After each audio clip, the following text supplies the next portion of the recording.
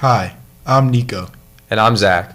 and we will be talking about sports. First, we want to congratulate the Philadelphia Eagles on winning the Super Bowl against the Kansas City Chiefs, 40-22. We then interviewed a couple players from both the boys and girls basketball after their unfortunate losses to Trent last Monday.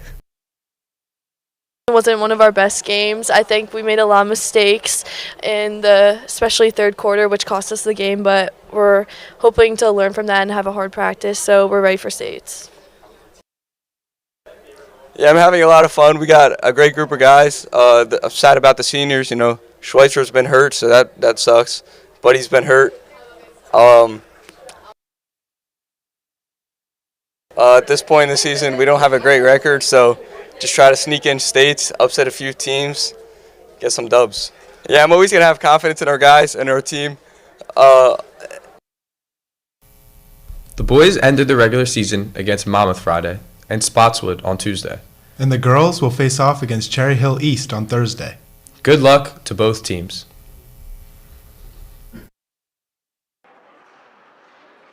Tough game against our rivals Notre Dame, but ultimately fell to them 3-2 in a shootout. Next up, the team will participate in the state tournament. The track team participated in sectionals. Gavin Alvarez placed first in the 400 and 55-meter dash. Congratulations, Gavin. Wrestling lost to Robbinsville 45-26 in sectionals. They had a win against Willingsboro, 68-12, and loss against Rancocas Valley, 60-17.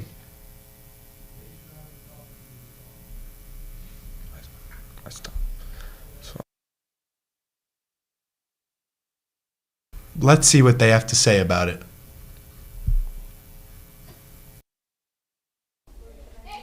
I'd like to say my favorite part about the season was when we beat Heightstown. We basically blew them out of the water. We were supposed to have a tighter match, but we killed them. Wrestling was fun. We had a pretty good season.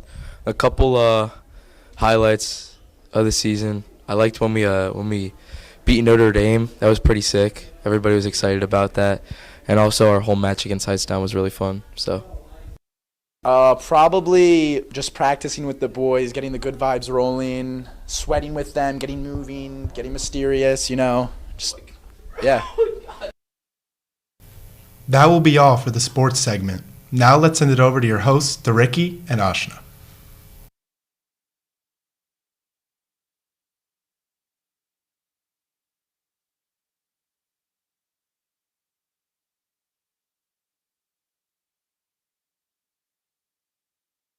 Thanks, Nico and Zach. Hi, everyone. It's your host, Ashna Rai. And Sophia DeRisi. 2 weeks ago, our seniors went into Disney. Let's see what they had to say about it. On February 4th, the class of 2025 left for Disney. They went to Universal, Animal Kingdom, Magic Kingdom, Hollywood Studios, and Epcot. The seniors had a great time exploring the parks and going on rides. Let's hear about some of their favorite things from the trip. My favorite ride was Velocicoaster at Universal, and my favorite memory was waiting in line with Delaney Nolan. My favorite ride at Disney would probably be the Velocicoaster one. My favorite park would be Universal. My favorite ride was the red roller coaster because it played music in your ears. It was a very fun ride. Favorite park was probably Epcot because I liked walking around all the, around the world, and I got henna, if you can't see. And then my favorite memory was getting closer with all my friends and seeing the scrapbook that Matt Rose made. My favorite ride was Guardians of the Galaxy. My favorite park was Magic Kingdom. And my favorite memory is probably sitting at the pool with all my friends. Wow, it sounds like our senior class had a great time. Definitely. Soph, what was your favorite ride? Tower of Terror. What about you, Ashna? Velocicoaster. Moving on. Soph, did you know that this month is Black History Month? Yes, I heard. Let's hear what some students have to say about it.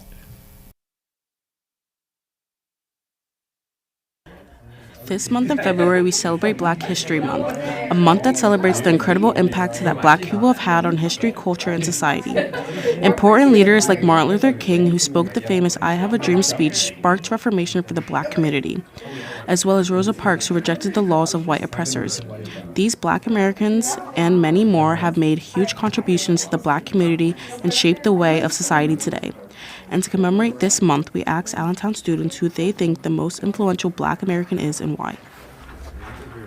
Somebody that I think was very influential for Black History Month and just Black history in general was Melba Patillo Beals. We talk about her in my US2 class, and we start with her story as a 5-year-old, and we take her through her teenage years. She was one of the Little Rock Nine, and she suffered from segregation in the Deep South, but used her story to inspire, and she wrote a book called Warriors Don't Cry, and she still today in her 80s is pursuing the goals that the Black History Month.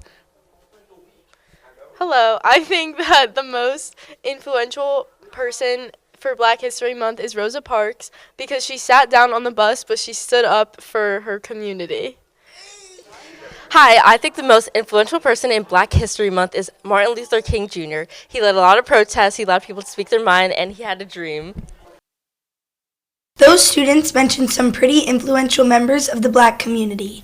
Let's all make sure to take time to appreciate what this month stands for. Our robotics team has been hard at work building robots. Let's hear from John Paul for our Redbird Robotics Review. With the robotics season in full swing, Team 1807 is on the move. Hi, I'm John Paul Abonte, and I'm going to take you inside the Ag Building and show you how our very own Redbird Robotics is going to win big this year.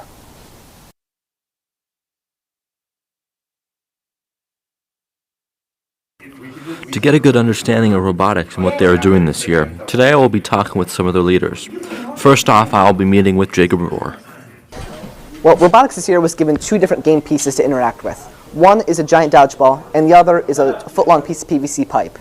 So for this year's game, we decided to focus more on the PVC pipe as there's more scoring opportunities for it. But in between our first and second competition, we would like to make a mechanism that works with the dodgeball, as it will help us better compete at higher levels of play. So what are the different teams of robotics, and what are they going to be doing this year? So our sub-teams on our team, so starting out with design. Design makes a 3D model of the robot and basically allows us to start our year. They make the foundation for everything. They draw it out for us on a computer-aided design program. And then from there we have machining, who takes the design parts and basically cuts them. They basically cut the metal, they cut everything that build will use. From there, obviously build, they will build everything. They will do the foundation of the robot. And then electrical will go in, and basically anything that build leaves behind, electrical will put on. So electrical usually puts on most of the sensors. They wire everything. They do as electrical says. And then from there, programming takes it over. So programming is actually my sub-team, which I'm captain of. And programming takes all the electronics and basically uses them and makes the robot run.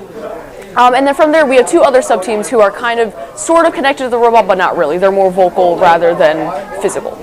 We have the strategy sub-team, who basically works for our robot and makes autonomous paths for the robot to follow, and basically works with other teams for them to communicate with our team to make a strategy. And that allows us to win a lot of competitions because we have a very good strategy team. And lastly, we have our development team, and they do a lot of the fundraising. Again, they're a very more verbal part of the team. They do our fundraising, they get our sponsors, they organize a lot of our food and meals for our world's competitions and anywhere when we're not directly at school. Finally, I had a meeting with the head advisor of the team, Mr. Kohler. Overseeing the team as a whole, I have asked him what he expects to see from the team this year and what they mainly want to improve on from last year. Obviously, we want to win, just like any sports team. I want to see growth in the members from year to year. This is my 12th season with the team. First season as lead mentor. Every year I see growth, which is great. This team, as constituted right now, has the greatest capacity for growth. There's a lot of great freshmen. There's a lot of great sophomores. We actually have an electrical captain who's a freshman, which is unheard of. That's the kind of growth I want to see. So by the time they're seniors, they'll run the team. It's a student-led team. We're here to, we of course have the final say, but we really leave it in the hands of the students. Bright kids, a lot of them take the PLTW classes. They come with previous knowledge. They work with their parents or whatever, and they bring a different perspective here. They look at things differently. So we always try to encourage that. And through our help and the other mentors, we can help foster that.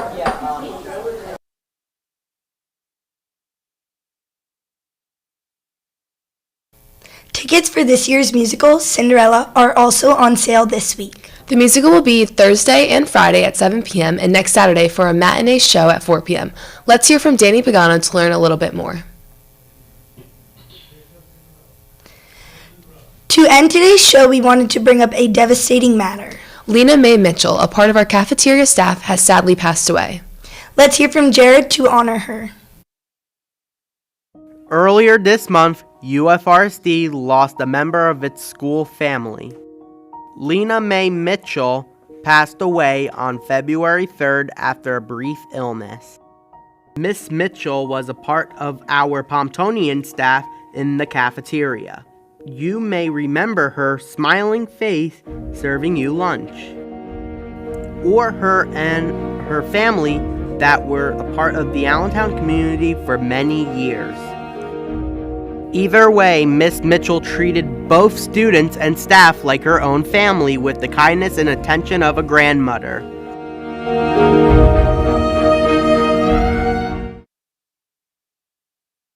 Hi, my name is Amy, and I am here to talk about Miss Lena Mitchell, who was an employee of Pomptonian.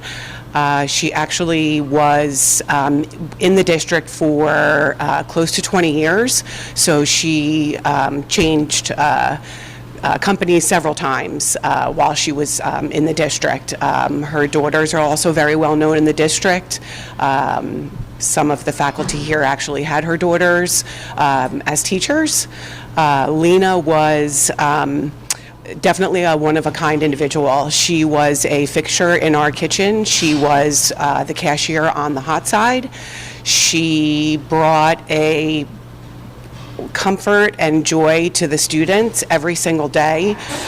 We should all kind of learn and lead by example from Miss Lena. I never saw her in a bad mood or have a bad day. So she definitely brought a lot of positivity to the cafeteria. The students were asking for her since January when she hadn't returned back to work. Unfortunately, passed away unexpectedly and will definitely be missed in the kitchen.